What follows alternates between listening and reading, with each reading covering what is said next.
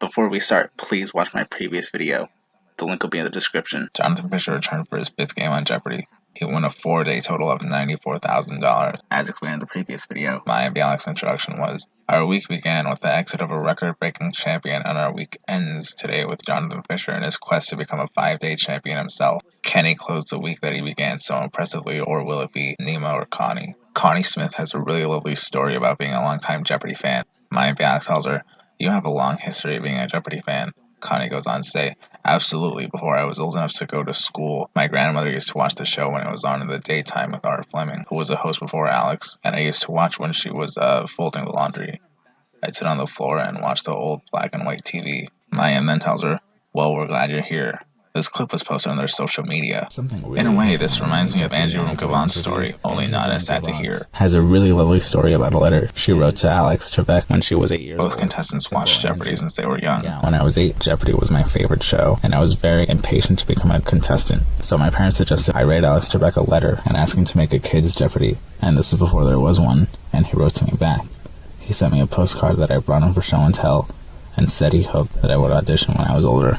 Maya and Bialik told her, we're really glad you're here. I'm that much more glad to see her on Jeopardy after hearing this. In fact, it was quite amazing to hear Connie's story, actually. I'm also really glad she got to be on Jeopardy! I would have hoped for Angie to win just because of her desire to be on Jeopardy!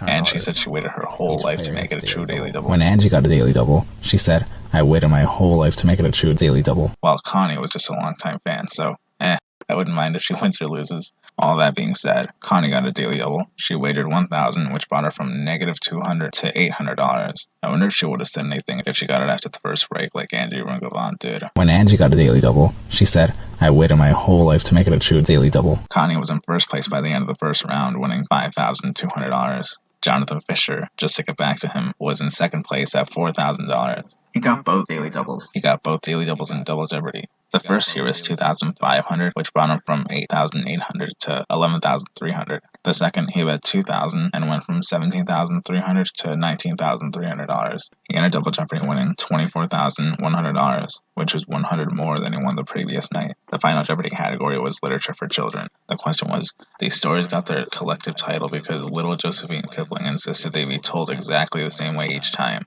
I don't know who Josephine Kipling is, and since it's these stories, plural, that would mean it's stories by the same author or publisher or something. And since they got their collective title, my only guess was the Grimm brothers. None of the contestants answered correctly. The answer was the Just So stories. I don't think I've ever heard of this. I still don't recognize them after looking that up. I only know Rudyard Kipling. Jonathan only risked $400, which brought him down to $23,700. He won a 5-day total of $117,700. This is quite impressive, actually. A tale of two champions. And as always, thank you for watching.